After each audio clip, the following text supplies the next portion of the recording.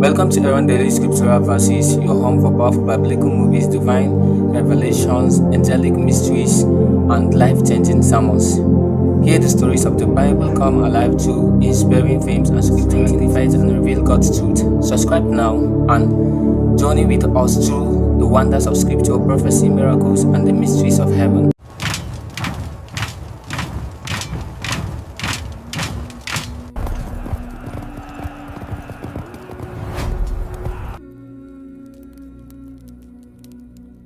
The sky was slowly darkening over Jerusalem, but what was approaching was not merely night.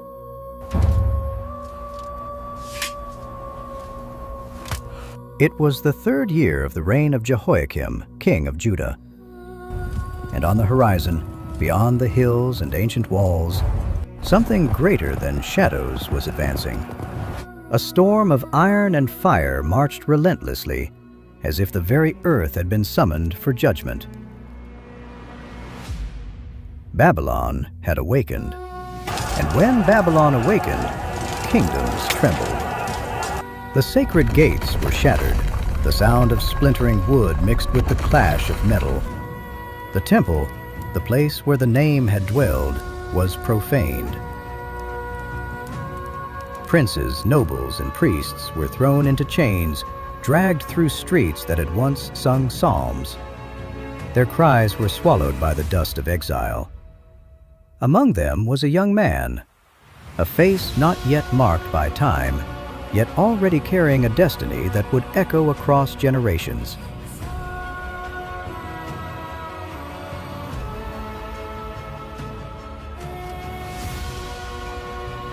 His name was Daniel. But this is not merely the story of a captive. It is not simply the account of a prophet living in a foreign land. It is the beginning of an invisible war,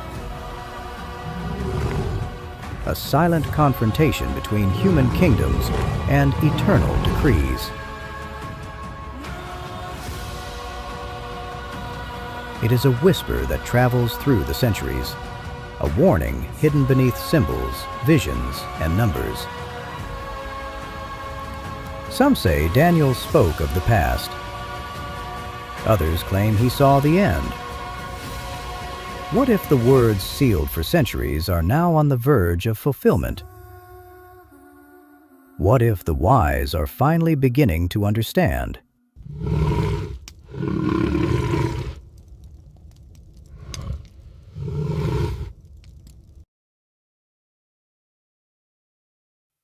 Jerusalem burns. The sky is covered with dense, heavy clouds, as if the heavens themselves were mourning what was happening below. Amid screams, the clash of swords, and the thunder of collapsing walls, the Babylonian army advances without mercy. Nebuchadnezzar, king of Babylon, watches from a distance. His eyes show no mercy, only calculation and dominion. At his side, scribes and counselors record names, wealth, destinies. Orders are given. Separate the most promising young men from the ruins of the defeated city. 4 adolescents are pulled from the midst of the chaos: Daniel, Hananiah, Mishael, Azariah. Their garments are torn and covered with dust, yet their eyes remain steady. They are taken to a foreign land where everything they know will be questioned. Their names, their culture, their faith, everything will be put to the test. In the heart of Babylon, the palace gates open like the mouth of a starving beast. There, under the authority of Ashpenaz, chief of the king's officials, a calculated process of transformation begins. Conquering bodies is not enough. Minds must be conquered. The young men are given new names. Daniel becomes Belteshazzar. Hananiah is called Shadrach. Mishael becomes Meshach. Azariah receives the name Abednego. Babylonian names, invocations of foreign gods, attempts to erase an ancient identity. In the training hall, Tables overflow with delicacies, succulent meats, refined breads, aromatic wines, everything the empire has to offer at its finest. But Daniel watches carefully. It was not merely food, it was consecration. Those foods had been offered to the gods of Babylon. To eat meant to participate. To accept meant to surrender. With quiet courage, he approaches Ashpenaz. I beg you not to defile me with the king's food and wine. Ashpenaz hesitates. He respects Daniel, but he fears the wrath of Nebuchadnezzar. A mistake would cost him his own life. Still, Daniel persists, not with rebellion, but with conviction. Test your servants for 10 days. Give us nothing but vegetables to eat and water to drink. Then compare our appearance with that of the other young men. The proposal is accepted. 10 days pass. In the end, Daniel and his friends appear healthier, stronger, and more clear-minded than all the others. Impressed, Ashpenaz allows them to continue with that diet.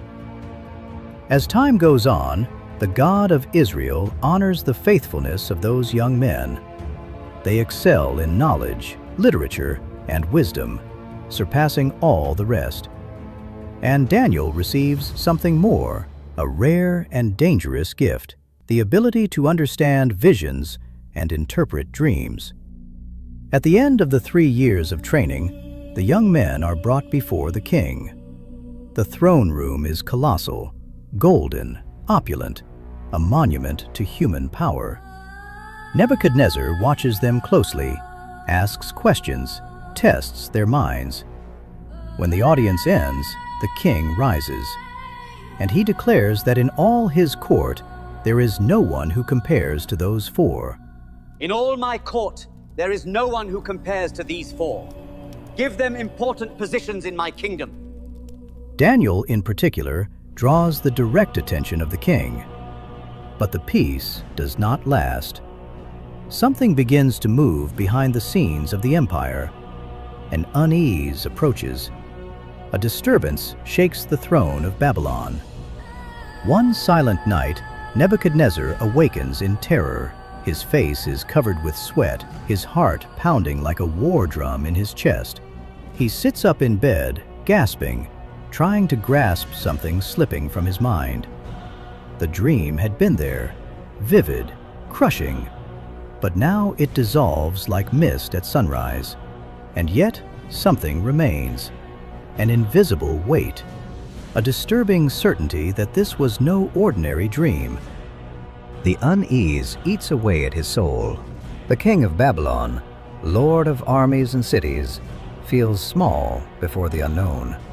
Without delay, he summons magicians, enchanters, sorcerers, and astrologers. The hall echoes with hurried footsteps as the wise men gather before the throne. I had a dream that deeply disturbed me.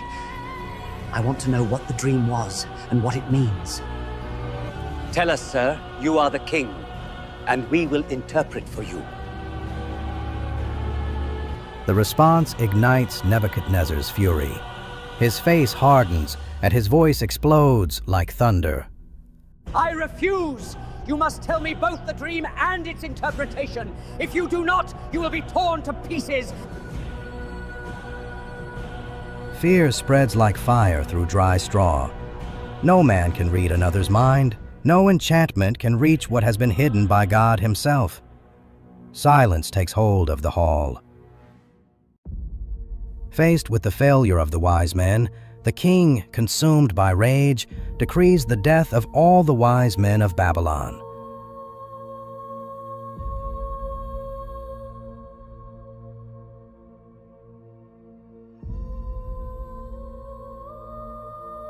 The sentence moves through the city like a whisper of death.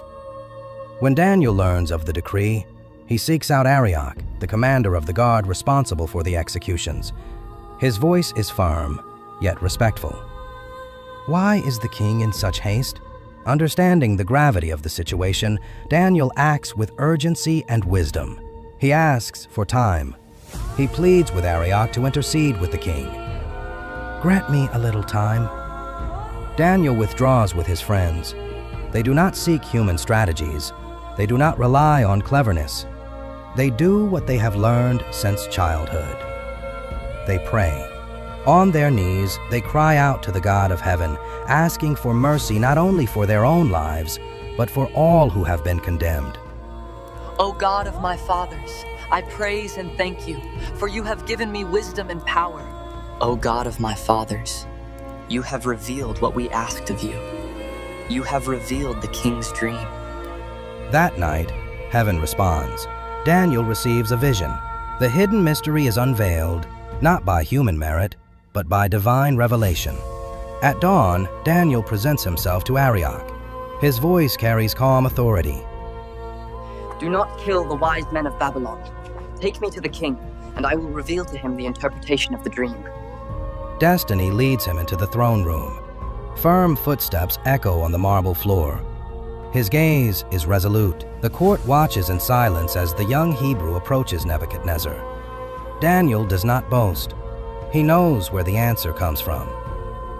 No wise man, enchanter, magician, or soothsayer can reveal this mystery, but there is a God in heaven who reveals mysteries. And there, in that solemn moment, Daniel begins to reveal the content of the dream the king had forgotten. A colossal statue rises in his words. A head of gold, chest and arms of silver, belly and thighs of bronze, legs of iron, feet of iron mixed with clay. The king's breath catches. Every detail returns to his memory with overwhelming force. You, O king, are the head of gold. After you shall arise an inferior kingdom, then a third kingdom of bronze. There will also be a fourth kingdom, strong as iron. Finally, a kingdom will come that God will establish. And then, the final revelation echoes like an eternal sentence. And this kingdom will be an eternal kingdom that will never, never be destroyed. The throne of Nebuchadnezzar trembles before the greatness of the revelation. The king falls prostrate before Daniel. The golden hall falls silent. The most powerful man in the known world kneels before a young exile, acknowledging that there is a power above crowns and armies. With a voice heavy with reverence, Nebuchadnezzar declares before the entire court, Surely your God is the God of gods and the Lord of kings, the revealer of mysteries. Daniel is publicly exalted. He receives authority, honor, and a place among the counselors of the empire. His friends are elevated to high administrative positions in the province of Babylon. For the first time, the name of the God of Israel echoes freely within the walls of the city that symbolized absolute human dominion. But the king's recognition is not born of submission. It is born of impact, and impact does not transform character. As the days pass, something begins to change within Nebuchadnezzar. The initial admiration slowly fades and gives way to a dangerous thought. Pride grows in silence, fed by power, wealth, and the constant brilliance of the golden throne. The king remembers the prophecy, but not as a warning. He interprets it as a challenge. If other kingdoms were to arise after his, then he would refuse to allow it. If heaven had decreed succession, he would decree permanence. Nebuchadnezzar decides to rewrite his own destiny. By his command, artisans, engineers, and metalworkers labor day and night. A colossal statue begins to take shape on the plain of Dura, 90 feet tall, entirely made of gold from head to foot. Not a partial statue, but an absolute declaration. There would be no silver, no bronze, no iron, only gold, only Babylon, only him. The image rises against the sky as a direct affront to divine revelation, a monument to human vanity, a silent challenge to eternal decrees. Then, a decree resounds throughout the empire. When you hear the sound of the trumpet and all kinds of music, you must fall down and worship the image that King Nebuchadnezzar has erected. The command is absolute. The punishment is immediate. Whoever does not bow will be thrown alive into a blazing furnace. On the appointed day, the plain is filled. Governors, magistrates, officials, and peoples of every language gather. The music begins, and like a single body, the crowd bows. A sea of knees touching the ground, an entire empire bending before lifeless gold. But 3 men remain standing: Shadrach, Meshach, Abednego. Their defiance stands out like an open wound in the spectacle of submission. Jealous officials rush to the palace, inflaming the king's anger. King, you have decreed that anyone who does not bow down should be thrown into the furnace, for there are Jews who do not serve your gods. Nebuchadnezzar summons them. His face is severe, yet he offers one final chance. If you bow down now, all will be well. But if you do not, you will be thrown into the furnace, and what god will be able to deliver you from my hand? The answer comes firm, without fear, without hesitation. O Nebuchadnezzar, we don't need to defend ourselves. If we are thrown into the furnace, the God we serve is powerful enough to deliver us. Even if he does not deliver us, know, O king, that we will not serve your gods, nor worship the image that you have set up. The silence is heavy. The king's pride erupts. The furnace is heated 7 times hotter. The fire roars like a living creature. Strong soldiers bind the young men, but as they throw them in, the soldiers themselves are instantly consumed by the flames. The 3 fall into the fire, and they do not scream. Suddenly, Nebuchadnezzar rises from his throne. His eyes widen. His voice trembles. Didn't we throw 3 men bound into the fire? But I see 4 men loose, walking in the middle of the fire. They suffer no harm whatsoever. And the room looks like a child of the gods.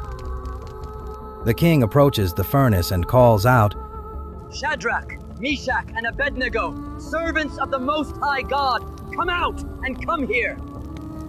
They come out unharmed. Their clothes are intact. Not a hair is singed. Not even the smell of smoke clings to them. Silence falls over the court. Then Nebuchadnezzar declared before everyone, Blessed be the God of Shadrach, Meshach, and Abednego, who sent his angel and delivered his servants. There is no other God who can deliver in this way. The 3 are promoted to even higher positions. But deep down, the king's heart remains divided, dangerously oscillating between the fear of the true God and the pride of a man who has not yet learned to surrender completely.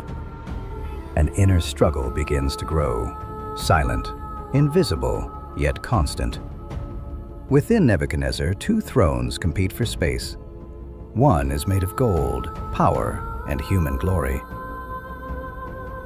The other cannot be seen, but it weighs more. It is the truth he has heard, yet still resists accepting. One night, while Babylon sleeps beneath the glow of its torches and walls, the king is visited once more by the world of dreams. This time, the vision is different. There are no statues, no metals. There is life. He sees a gigantic tree. Its roots plunge deep into the earth. Its trunk is immense. Its branches stretch until they touch the sky. It can be seen to the ends of the earth. Its fruit feeds entire peoples. Its branches shelter birds, animals, and creatures of every kind. All live in its shade. All depend on it. Then the heavens open. A celestial messenger descends with unquestionable authority. His voice echoes like an eternal decree. Cut down the tree. Trim off its branches. Scatter its fruit. The axe falls. The colossus collapses, but the command continues. Leave the stump with its roots, bound with iron and bronze. Let the human mind be taken from it, and let it be given the heart of a beast, until it acknowledges that the Most High rules over the kingdoms of men.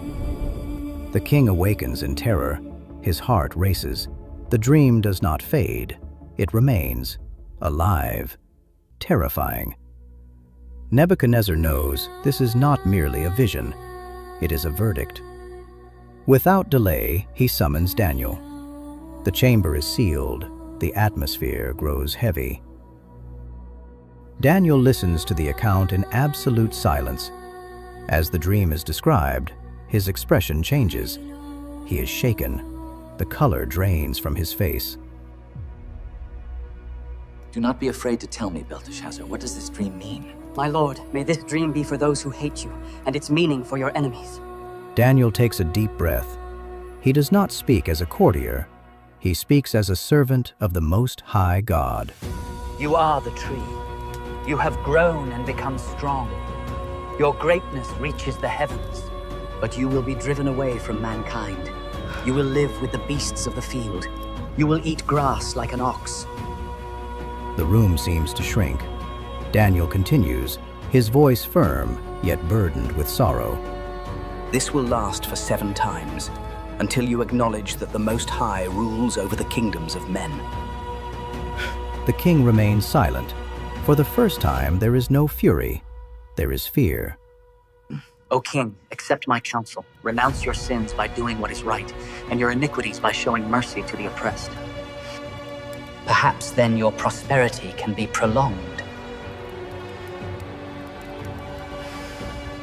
But time passes, and pride prevails. 12 months later, Nebuchadnezzar walks on the terrace of his palace. Before him, Babylon stretches like a sea of stone, gold, and power. He gazes upon the city and is filled with himself.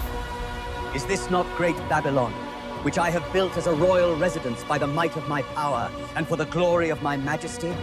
The words barely leave his lips. A voice resounds from heaven. O King Nebuchadnezzar, your royal power has been taken from you. At that very moment, his reason leaves him. The king descends into madness.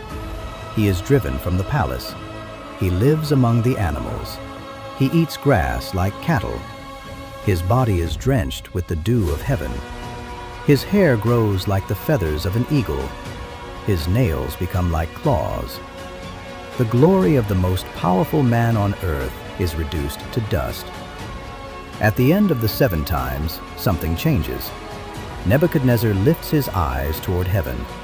His reason is restored.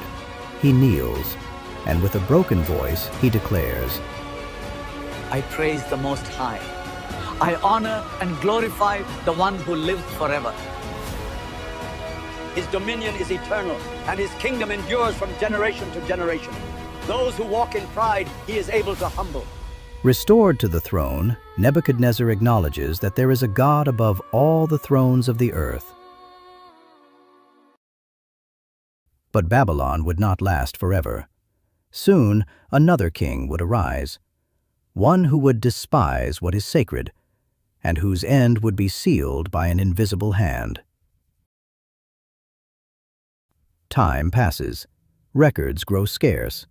The name of Nebuchadnezzar fades from the official chronicles, as if the empire itself wished to forget the humiliation of its former king.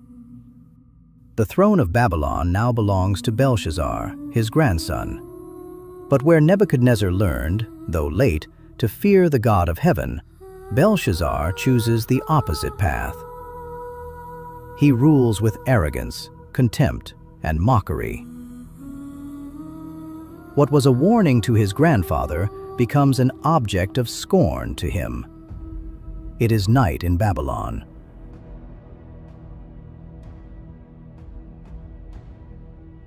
The palace pulses like a corrupted heart.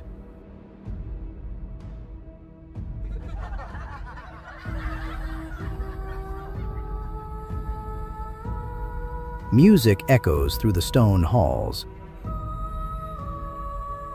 Wine flows freely. An extravagant banquet is offered to 1,000 nobles, generals, and officials of the empire.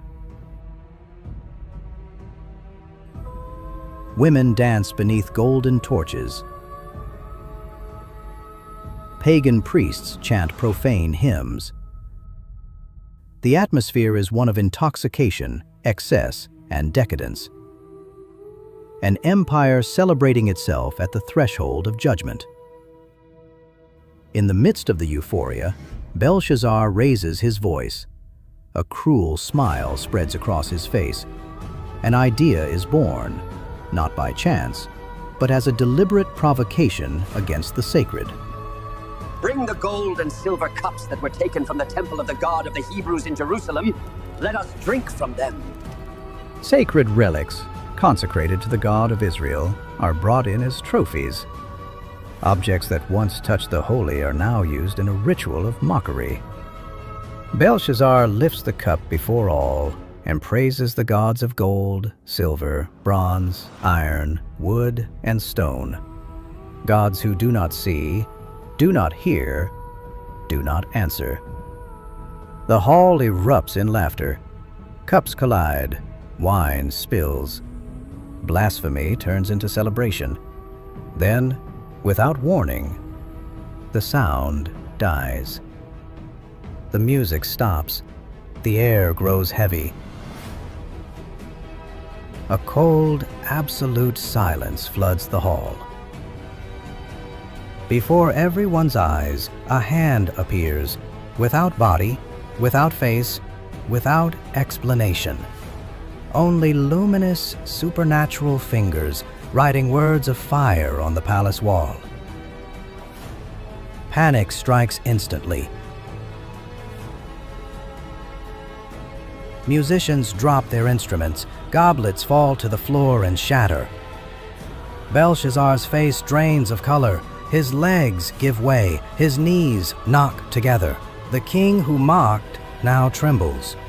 Call the soothsayers, the enchanters. Whoever deciphers these words will be clothed in purple, receive a gold necklace, and be the third in the kingdom. But no one understands the inscription. Silence returns, now thick with terror. Then the Queen Mother enters the hall. Her expression is resolute. Her voice cuts through the chaos with authority. O king, do not be troubled.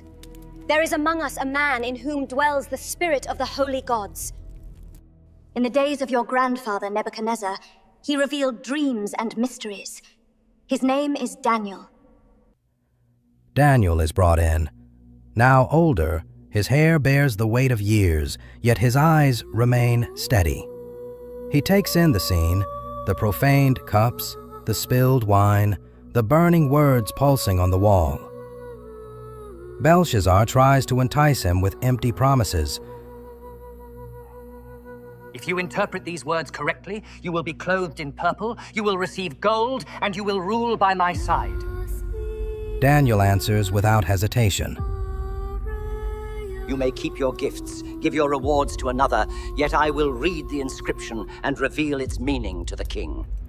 The silence deepens. Then Daniel speaks, not as a subject, but as a messenger of the Most High. The Most High God granted Nebuchadnezzar power, glory, and majesty. But when he became proud, he was humbled.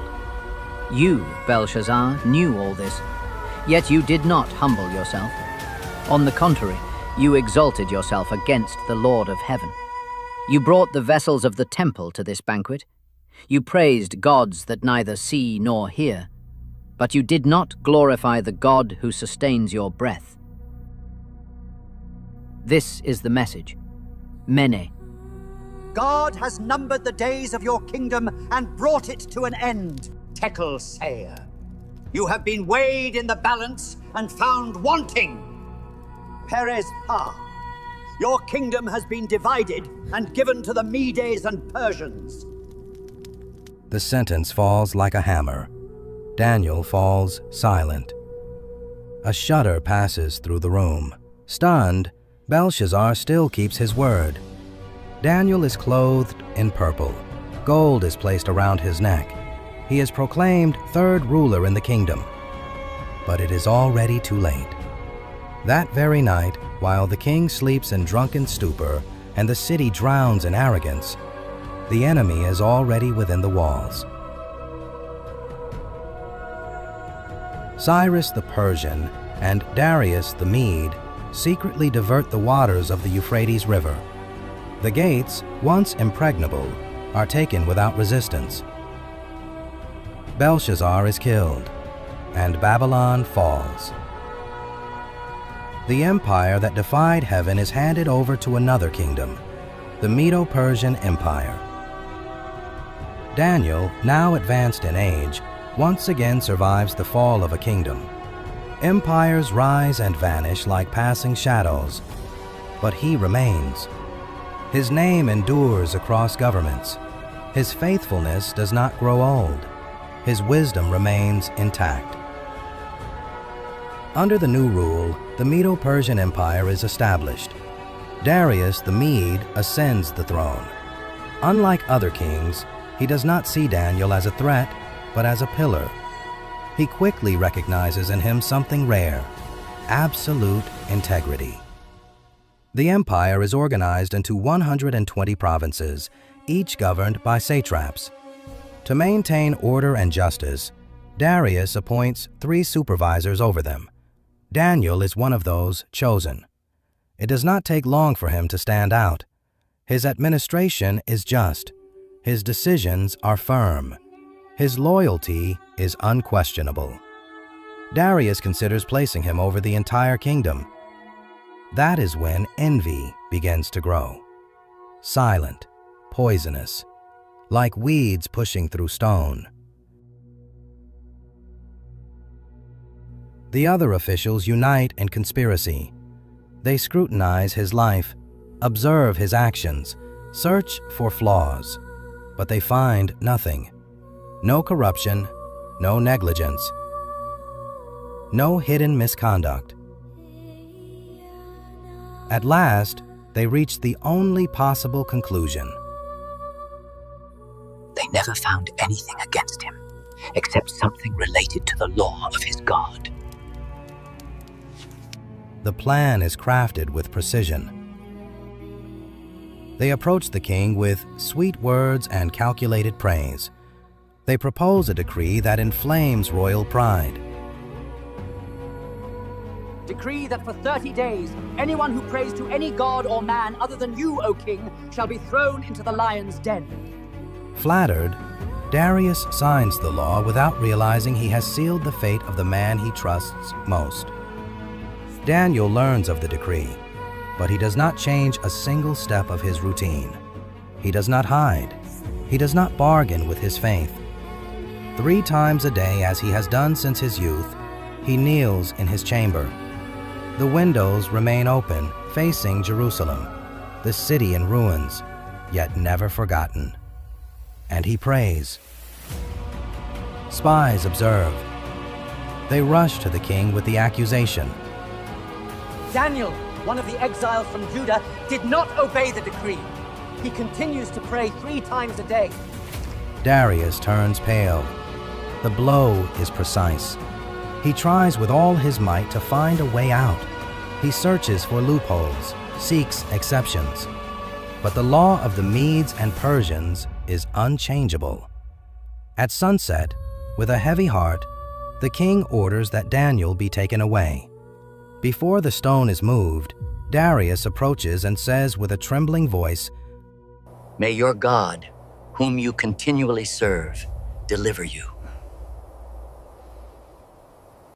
Daniel is cast into the lion's den. The stone is placed. The royal seal is applied.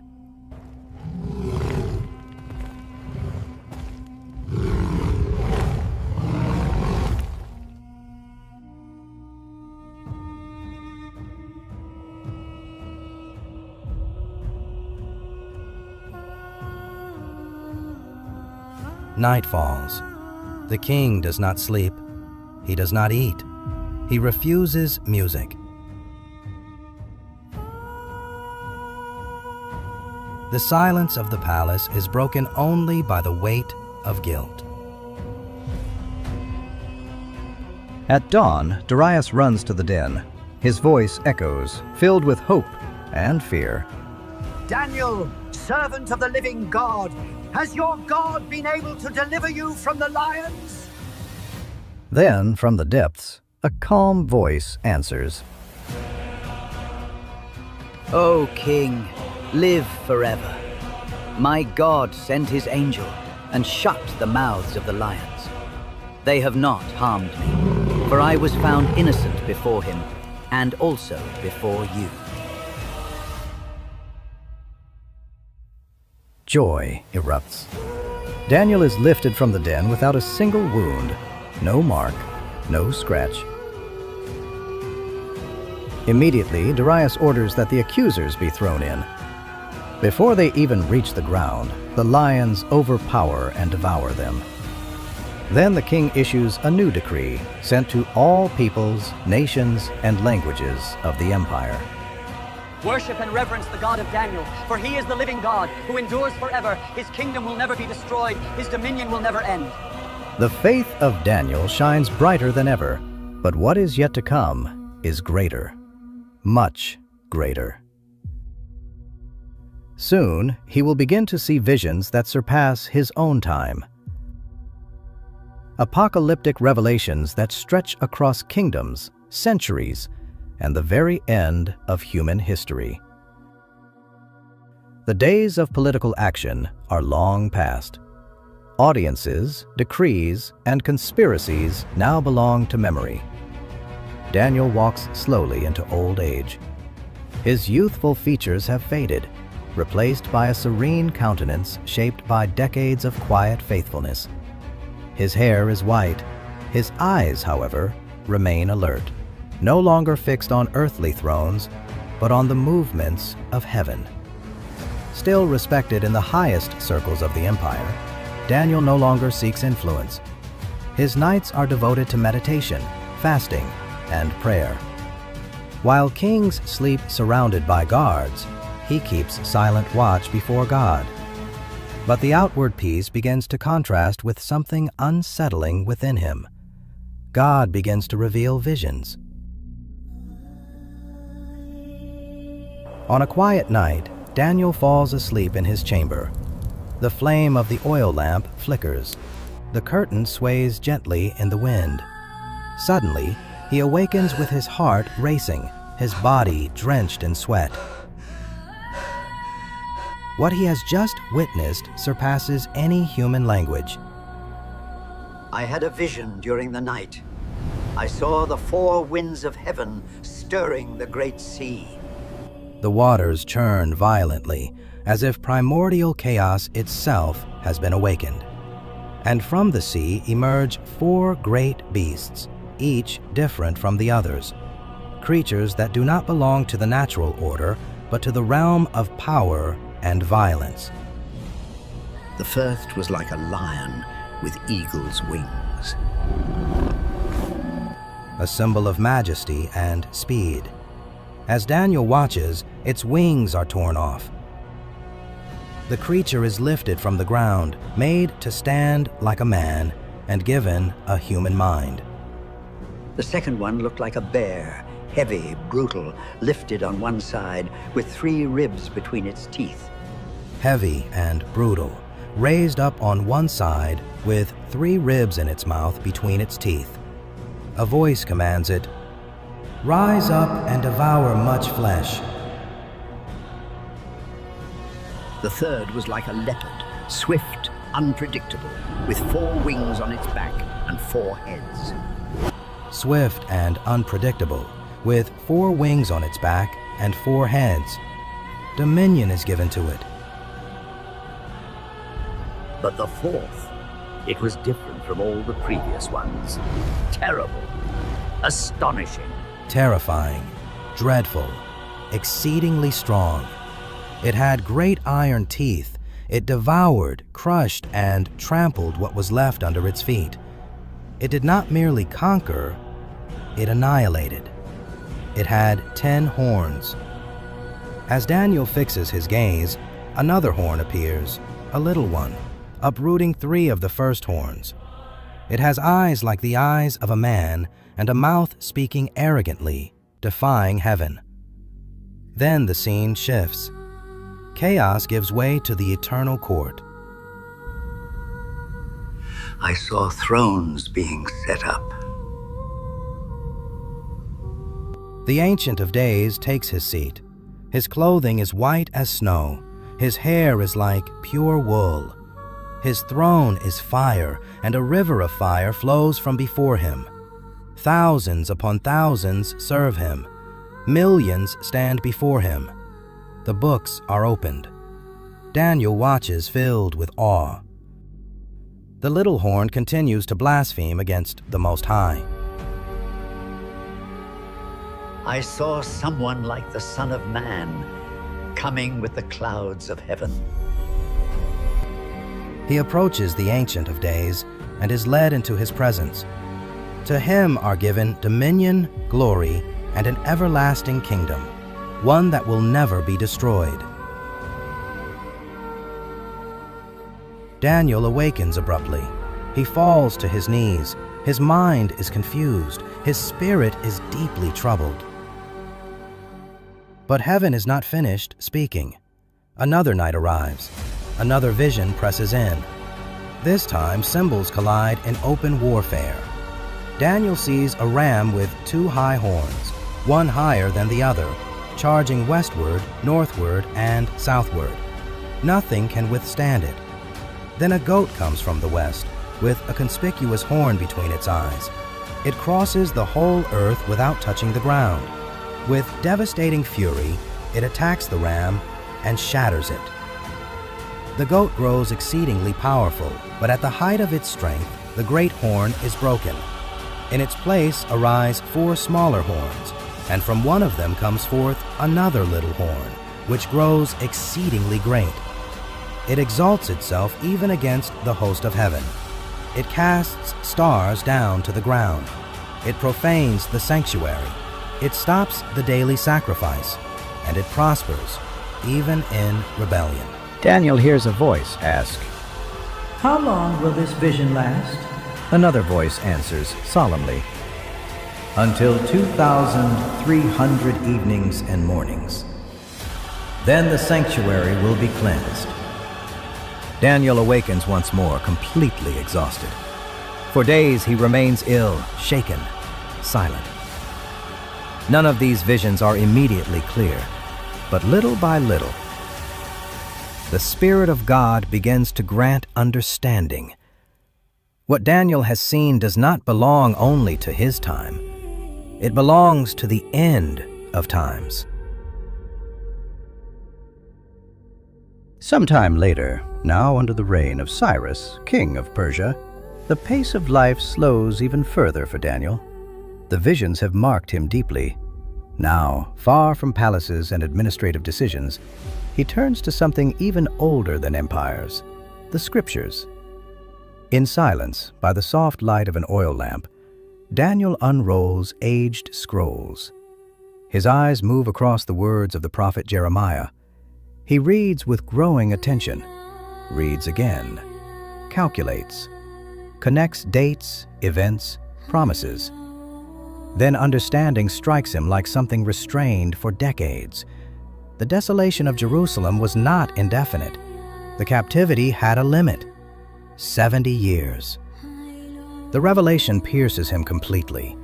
It is not merely historical data. It is a calling, a spiritual weight. Daniel rises. He tears his garments, puts on sackcloth, covers himself with ashes. He does not pray as a statesman, nor as a court sage. He prays as an intercessor, as one who carries the destiny of a people before God.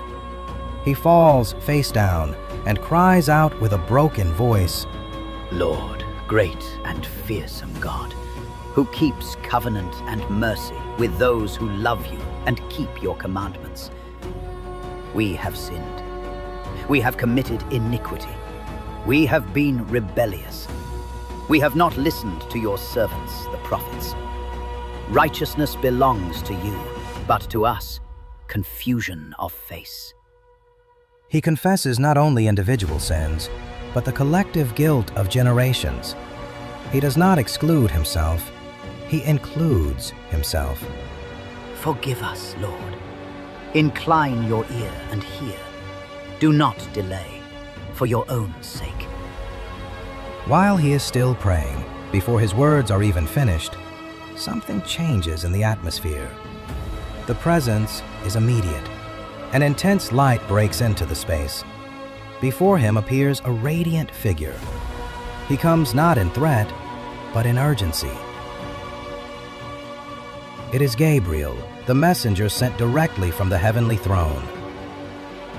With a firm and compassionate voice, he declares, Daniel, I have now come to give you wisdom and understanding.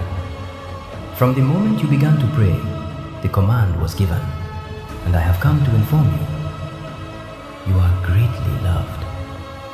The words are not only an answer, they are comfort. Gabriel then reveals something even greater than the return from exile. He opens a window into the full plan of redemption. 70 weeks are decreed for your people and for your holy city. Each phrase carries centuries. Each number points to events Daniel would never see with his own eyes. To finish transgression, to put an end to sin, to atone for iniquity, to bring in everlasting righteousness, to seal vision and prophecy, and to anoint the most holy. Daniel listens attentively, absorbing every detail. Gabriel continues, marking times, divisions, events. From the issuing of the decree to restore and rebuild Jerusalem until the Anointed One, the Prince, there will be 7 weeks and 62 weeks. The voice grows more solemn. After that, the Anointed One will be cut off and will have nothing. The city and the sanctuary will be destroyed. The people of a ruler who is to come will come like a flood. Until the end, there will be war. Desolations are decreed. Daniel records everything with precision, yet his heart remains unsettled. He understands that the return from exile would not be the climax. Something greater was coming: suffering, redemption, final conflict. Human time intertwines with divine time. Still within the vision, Daniel perceives a time of anguish that would come upon the people of God, unlike anything before. But alongside the affliction, he also hears a promise that crosses the centuries. Those who are wise will shine like the brightness of the heavens, and those who lead many to righteousness like the stars forever and ever. Once again, Daniel awakens. The vision fades, the prayer ceases. The window of his room filters the pale light of dawn. The world seems the same, but he is no longer the same. Daniel remains seated in silence. His face bears the marks of one who has seen the invisible. His eyes hold the depth of someone who has crossed time, touched the end of history, and returned. The prophet knows. The words have been revealed, but not yet fulfilled. But it was not the end. One final vision was approaching. Not a revelation about isolated kings or passing empires, but something greater, a cosmic battle, fought beyond the reach of human eyes. A confrontation between the angels of God and the forces of evil. The final revelation that would conclude Daniel's prophetic calling and seal the words until the time of the end. Daniel stands on the brink of the final great experience of his life. Now elderly, his body bears the weight of years, but his soul carries the burden of kingdoms he saw collapse, of kings he counseled, and of visions that forever reshaped his understanding of the world. He has seen gold turn to dust. He has seen thrones fall. But what he is about to behold transcends human empires. God will lead him to what undergirds history itself. The invisible battles, where nations, kings, and earthly powers move under divine supervision. In the 3rd year of the reign of Cyrus, king of Persia, Daniel enters a season of spiritual mourning. He begins a deep fast, 3 full weeks without wine, without meat, without perfumes. There is no celebration, there is no comfort. The weight of prophecy consumes his days and drains his strength. On the 24th day, by the banks of the great Tigris River, Daniel lifts his eyes, and time itself seems to suspend its course. I saw a man dressed in linen, with a belt of pure gold from Uphaz.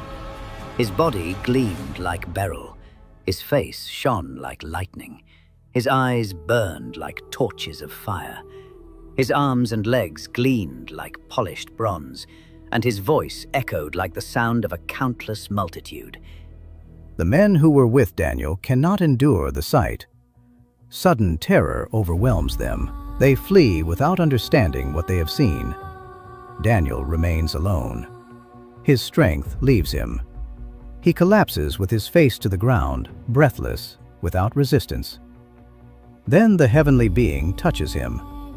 The contact is gentle, restoring. Daniel is lifted with care, as one would support something fragile and precious. Daniel, man greatly loved, pay attention to the words I am about to speak to you. The voice carries no condemnation, but urgency. From the first day you set your heart to seek understanding and to humble yourself before your God, your words were heard. Then the veil is lifted. But there was war in the spiritual realm. The prince of the kingdom of Persia resisted me for 21 days, until Michael, one of the chief princes, came to help me. The invisible is revealed. Daniel understands that human history is not shaped only by swords, treaties, or armies. There are hidden forces at work behind kingdoms. Angels and powers wage silent battles that determine the course of the ages. The messenger continues. Now I will return to fight against the prince of Persia. After that, the prince of Greece will come. But first I will reveal to you what is written in the book of truth. And then begins the longest and most detailed prophecy ever entrusted to a man. Daniel sees the succession of the kings of Persia. Then comes the meteoric rise of a mighty king of Greece, Alexander the Great, whose untimely death will divide his empire into 4 parts. Among them, 2 kingdoms will stand out, the king of the south and the king of the north. Wars follow one after another. Alliances are formed only to be betrayed. Political marriages fail. Palace intrigues rot empires from within. The king of the north exalts himself. He desecrates the temple. He abolishes the daily sacrifice. He establishes the abomination of desolation. He seduces those who violate the covenant. But the people who know their God grow strong, remain faithful, and resist. The vision accelerates. Daniel sees persecutions, martyrs, false peace treaties, arrogant kings rising against everything that is called God. A ruler exalts himself above all gods. He honors a foreign god with gold, silver, and precious stones. He acts against mighty fortresses with the help of powers he does not understand. But his fall is sudden. He comes to his end, and there is no one to help him. Daniel breathes with difficulty. His body can barely endure the magnitude of what he sees. But heaven has not yet finished. The messenger then speaks of the time of the end. At that time, Michael shall arise, the great prince who stands watch over the sons of your people. There shall be a time of distress, such as has never occurred since there was a nation. But the promise breaks through like light in the chaos. At that time, your people shall be delivered, everyone who is found written in the book. And then the whisper of eternity echoes. Many of those who sleep in the dust of the earth shall awake, some to everlasting life, others to shame and everlasting contempt. Those who are wise shall shine like the brightness of the firmament, and those who lead many to righteousness like the stars forever and ever. Daniel trembles. His face bows once more to the ground. Again, he is touched with tenderness. The messenger concludes, Go your way, Daniel. These words are sealed and closed until the time of the end. you shall rest, and at the end of the days, you will rise to receive your inheritance. Silence. The scene returns to the prophet's simple chamber. Daniel gazes toward the horizon of Babylon, now stripped of its glory, surrendered to the passage of time. His weary eyes contemplate a distant future, a time when kings and kingdoms will fall, but the eternal rock will remain. The shadows of the setting sun dance upon the walls. Daniel kneels one final time and whispers, Your kingdom is forever, O Lord, and your dominion will have no end. Thus ends the journey of the faithful prophet, of the exile who refused to defile himself, of the wise man who interpreted dreams and saw the invisible, of the servant who prayed 3 times a day, even under threat of death, and whose words remain sealed until the time of the end.